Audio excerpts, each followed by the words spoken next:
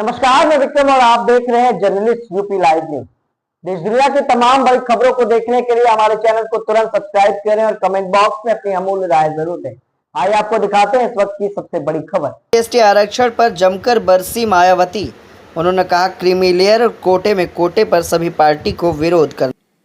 जिन्होंने इस बार देश में 18वीं लोकसभा के हुए आम चुनाव में खासकर आरक्षण व संविधान को बचाने के नाम पर इन वर्गों का वोट हासिल करके अपनी अधिकांश सीटें जीत ली हैं, अपनी अधिकांश सीटें जरूर जीत ली हैं और अपनी एकमात्र हितैषी पार्टी बीएसपी को नुकसान पहुंचा दिया है।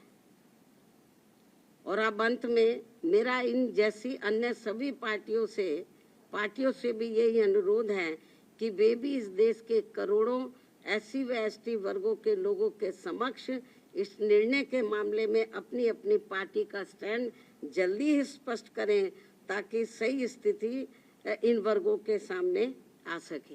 बाकी जो पार्टियां चुप बैठी हुई हैं अपनी स्थिति स्पष्ट करें। चुनाव में तो ये बड़ी बड़ी बातें कर रहे थे संविधान बचाने की, आरक्षण बचाने की। अब ये जो 1 अगस्त को जो अभी रिसेंटली अभी जो निर्णय आया है उस निर्णय पर तो अब ये संविधान नहीं दिखा रहे किसी को।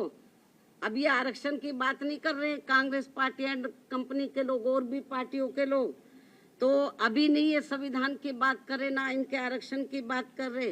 तो इसलिए मेरा यही कहना है इन सभी पार्टियों से, चाहे बीजेपी है, कांग्रेस है, केवल आश्वासन देने से बीजेपी की ओर से आश्वासन आया, माननीय प्रधानमंत्री जी द्वारा केवल आश्वासन आया है। आश्वासन से काम नहीं चलेगा। इन लोगों को एससी एसटी वर्गों को जो इस फैसले से, इस निर्णय से नुकसान हो रहा है तो उस पर वो अपना सही स्टैंड ले। और ये कोई केवल आश्वासन से या गौर करने से, माननीय प्रधानमंत्री जी ने जो कहा है कि हम गौर करेंगे, आश्वासन दिया, उससे काम नहीं चलेगा।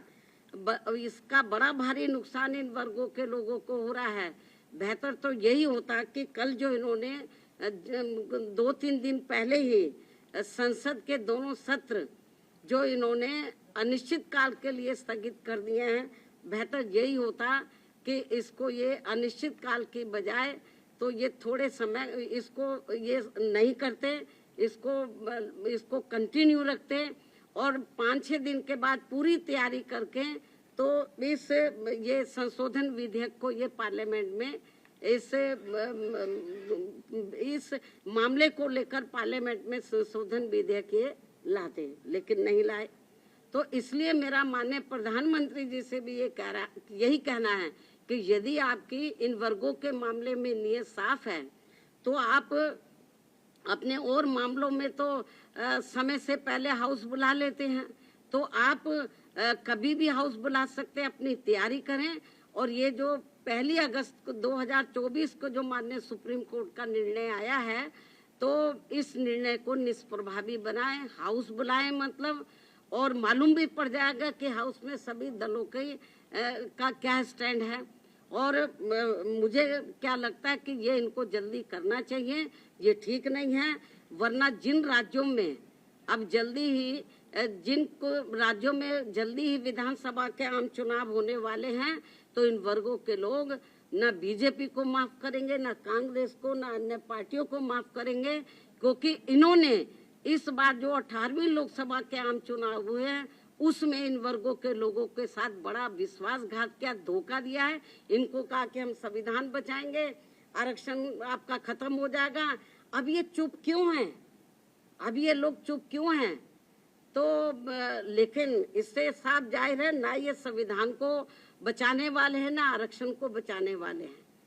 अब ये समझ में नहीं आ रहा आरक्षण को लेकर ये जो संविधान को दिखाते घूम रहे थे सभी पार्टियों के लोग, अब क्यों नहीं संविधान को दिखा रहे हैं? अब क्यों नहीं आरक्षण की बात कर रहे हैं कि इनका आरक्षण जो निष्प्रभावी हो गया है तो इसको प्रभावी बनाने के लिए इनको पार्लियामेंट का सत्र जल्दी ही शॉर्ट नोटिस में इनको बुलाना चाहिए और अपनी स्थिति बीजेपी की सरकार को क्लियर करनी चाहिए और बाकी पार्टियों को भी अपना स्टैंड क्लियर करना चाहिए, क्योंकि ये कुछ जरूरी बातें बुलाने के कहने के लिए मैंने आज आप लोगों को तकलीफ दी है।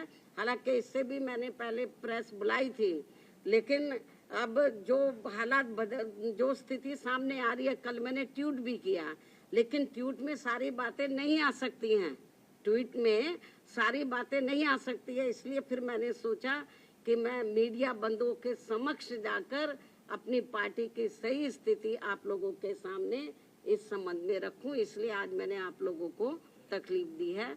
इन्हीं जरूरी बातों के साथ अब मैं अपनी बात यहीं समाप्त करती हूं। धन्यवाद। जय भीम व जय भारत।